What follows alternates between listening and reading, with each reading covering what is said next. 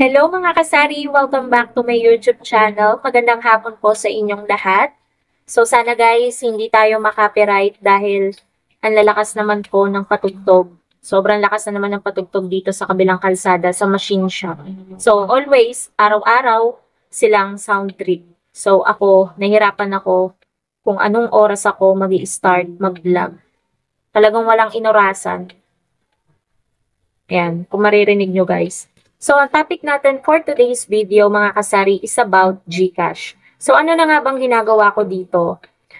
Mas lalo po ako, mga kasaring, naging maingat every transaction ko sa GCash. Kasi nga, yung last time na nangyari na may dalawang customer na nagre-reklamo.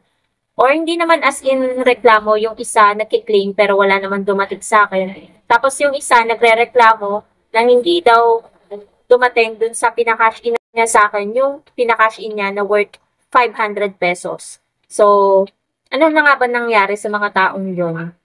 Bumalik ba dito? Nagpa-Gcash ba ulit? Nagpa-load ba ulit? So, yan ang pag-uusapan natin, guys.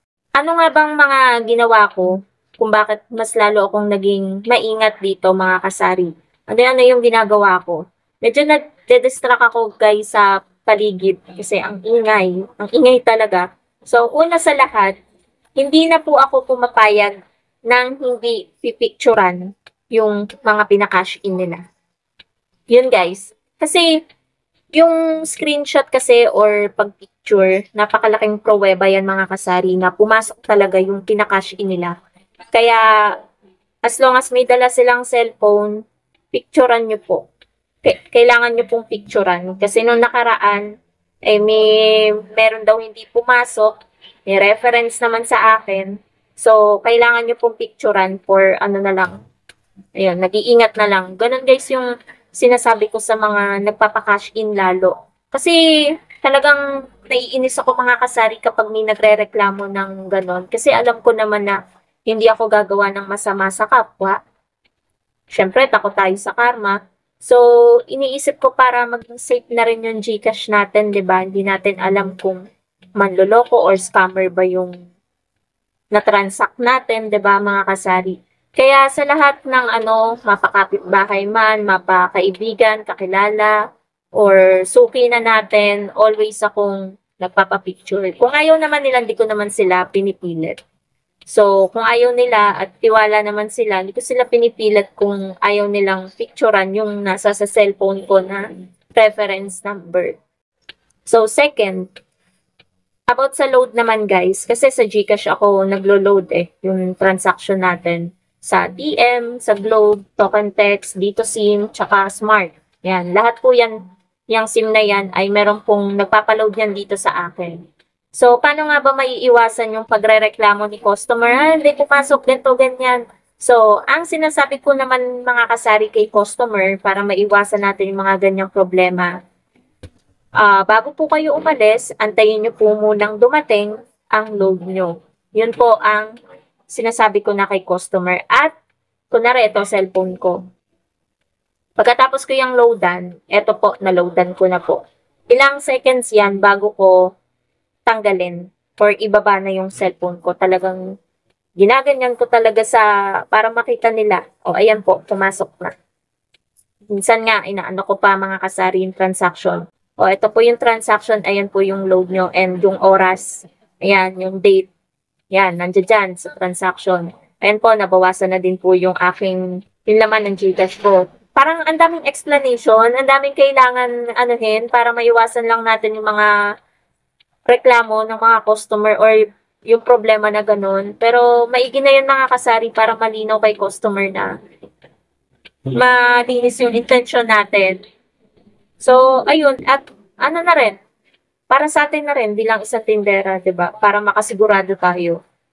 Pang third, no reference number, no money. Hindi kita bibigyan ng pera na piniklaim mo hanggat wala kang pinapakita sa akin na reference number.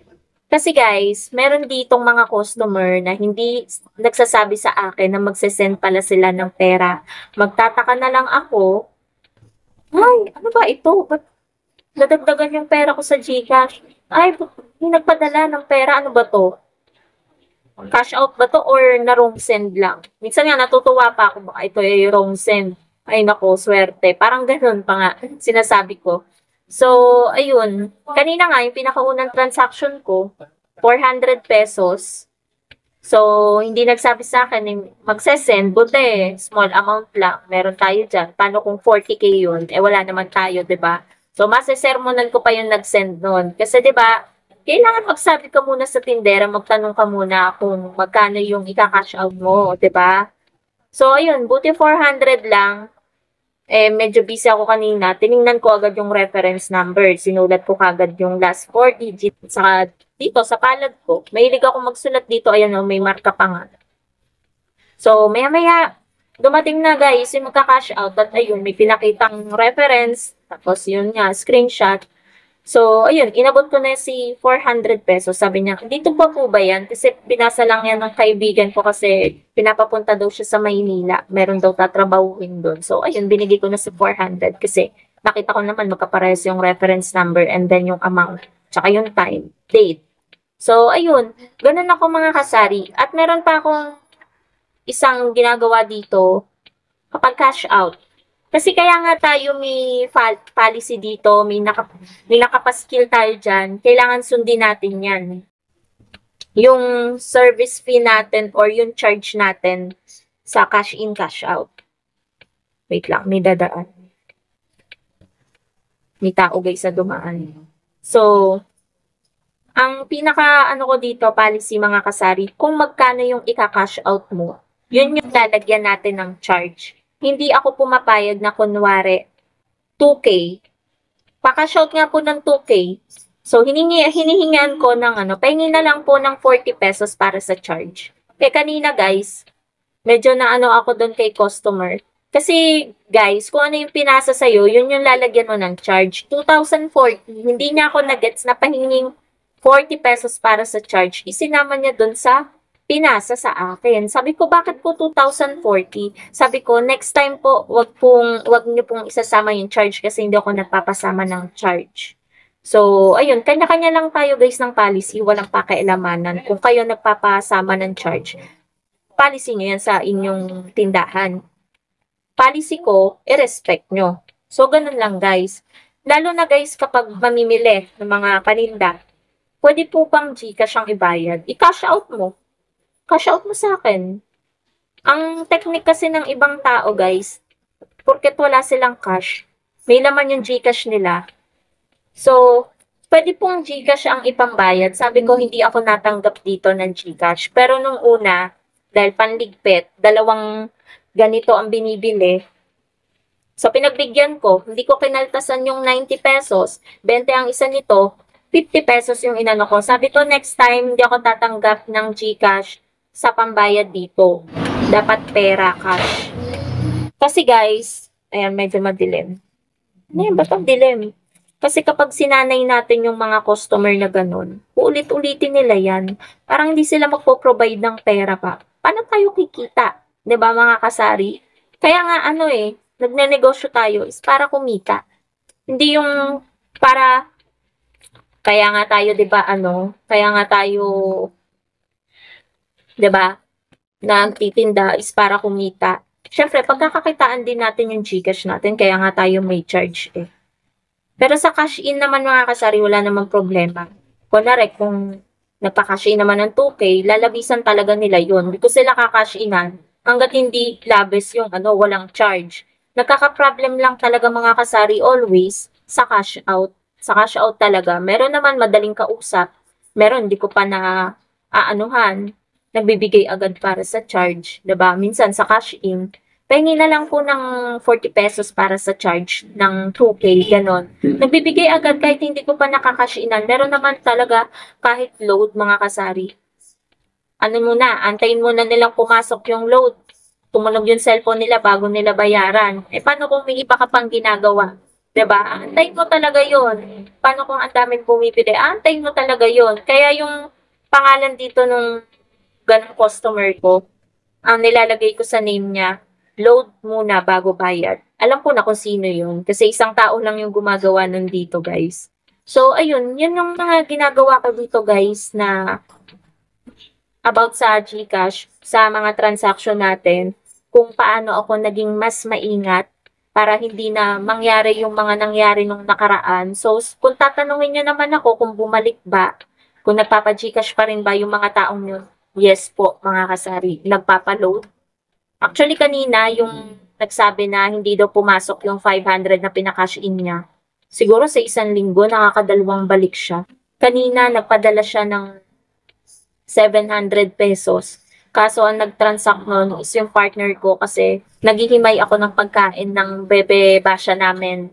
Hinihimay ko yung chicken breast. So, kaya siya yung nag-transact kasi madumi yung kamay ko. So, ayun, nagpapaload pa rin, nagpapakash in pa rin. Pero kung ganun nga na, ano, 'di ba? Kaya dapat maging aware tayo mga kasari sa paligid natin, sa mga nagpapakash in sa atin. Kung hindi familiar at bago lang sa inyong, ano, talagang suriin yung maigi yung kanyang behavior, yung kanyang itsura, tanungin mo, pangalan. Yung iba nga kinukuhanan pa nila ng ID. Ako hindi ako gumagawa ng, hindi ko kinukuhanan ng ID. Pero one time, meron akong ginawa kapag nung hindi ako sigurado kasi wala maipakitang reference. Ang ginawa ko na, kinuha ko yung pangalan ni kuya and then yung cellphone number niya. So, wala naman naging problema doon. Ano naman yung transaction namin. So, yan guys, yung mga pag-iingat na ginagawa ko dito sa Sari Sari Store. Kung may kulang, comment down below. At baka may apply ko din yan sa ginagawa nyo guys sa inyong pag-Gcash din. So, ayun. Wait lang guys, meron lang bibili. So, ayun po mga kasari, meron lamang pong bumili na bata. Bumili siya ng 5 pesos na gummy. So, ayun po mga kasari, about sa GCash, wala naman pong masama sa pag-iingat na ginagawa natin sa GCash. Kasi po, pera po yung hawak natin dyan. At bago po natin yan mapalaki, ay pinaghirapan po natin yan mga kasari bago natin mapalaki. Yung perang inilagay natin at inilaan natin dyan, pinuhunan natin sa ating GCash, pinaghirapan po natin yan. At ayaw po natin yan na mawawala sa isang iglap lang. So, ayun po mga kasari, kaya gumawa pa ako ng hakbang yan.